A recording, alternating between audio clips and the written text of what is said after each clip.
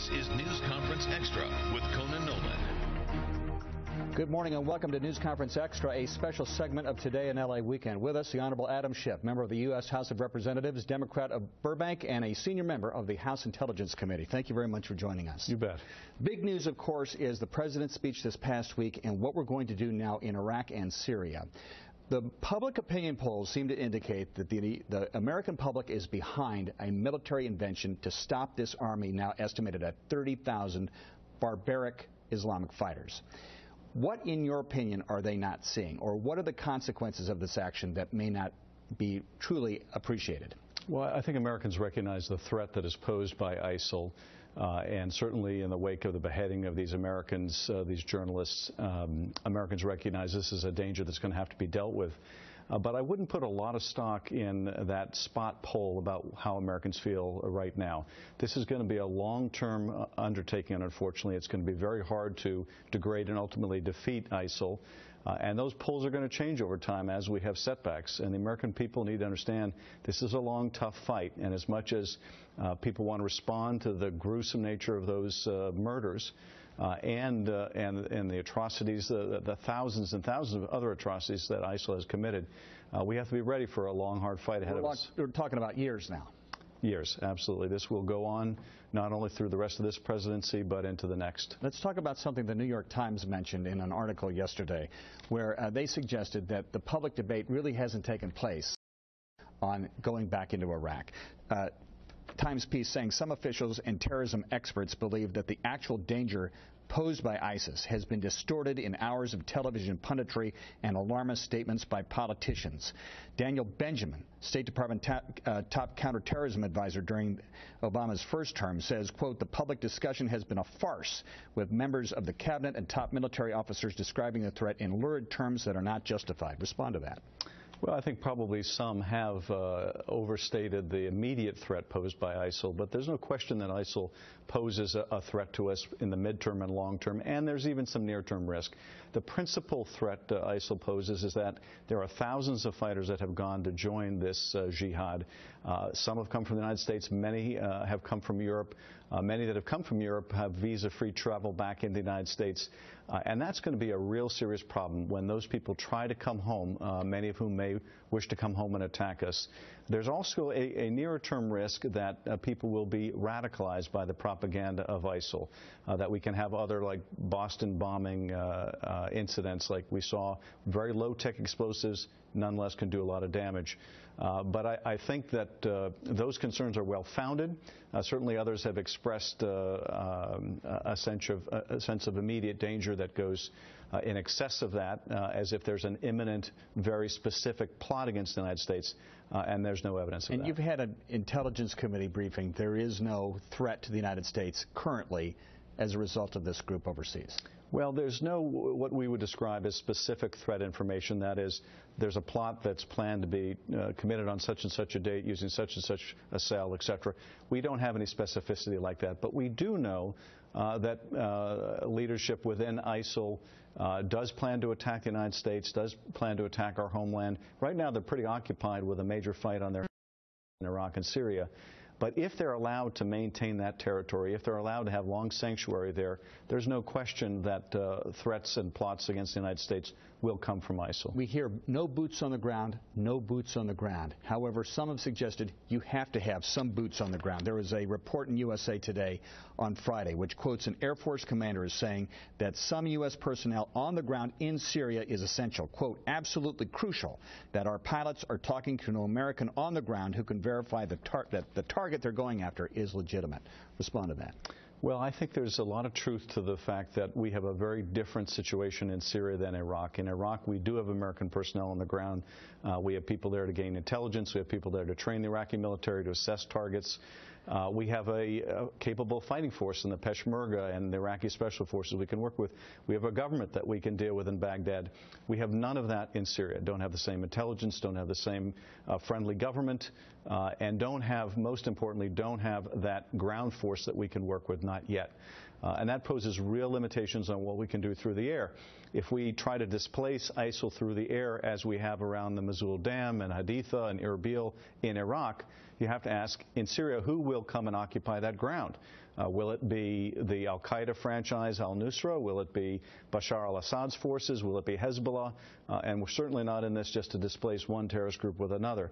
Now, there may be specific targets that we can still go after that make sense, even without those conditions on the ground. So if we wanted to go after big military vehicles ISIL is using, if we wanted to go after some of the oil infrastructure they're deriving the revenues from, that we can probably do, targets like that. But that's a very different story than the kind of sustained air campaign we see in Iraq right now. Talking with Congressman Adam Schiff, senior member of the House Intelligence Committee. We'll have a few more questions when we return. Welcome back to News Conference Extra. With us, the Honorable Adam Schiff, member of Congress and a senior member of the House Intelligence Committee. You were just talking about the problems of air attacks in Syria without having people on the ground. How much does this entire campaign rely on other countries in the region, such as the Saudis, doing the groundwork for us? Well, it's going to require them exclusively to be doing the groundwork for us. We have this initiative the President has made to try to train up the Free Syrian Army, the so-called moderate opposition. But that moderate opposition has not acted as a cohesive fighting force. Much of it has not been the least bit moderate. Sometimes it fights in combination with groups like al-Nusra, the al-Qaeda franchise, sometimes against. We can't control necessarily the weapons that we give to elements of the Free Syrian Army. So I think Americans need to understand the limitations of this. It may put additional pressure on Bashar al-Assad. It may help in dealing with ISIS as we attack it from the air. But we are talking about a multi-year effort to try to train this group. There are going to be things that this group does that we don't like. And I think we need to know what the limitations are going to be. You're talking about the Free Syrian Army. Talking about the Free Syrian Army. In the House, it's been said that a vote for authorization of the money for that support for armaments for the Free Syrian Army will essentially be the authorization, congressional authorization for military action by the White House. You oppose that. You think that it should be a much more formal vote and a congressional declaration. I do. I don't think a vote on funding, which I may or may not support, is a substitute for having a vote on authorization to use force. The use of force by the United States in what may be a multi-year campaign is an issue of constitutional dimension. Congress has the power to declare war, not the executive.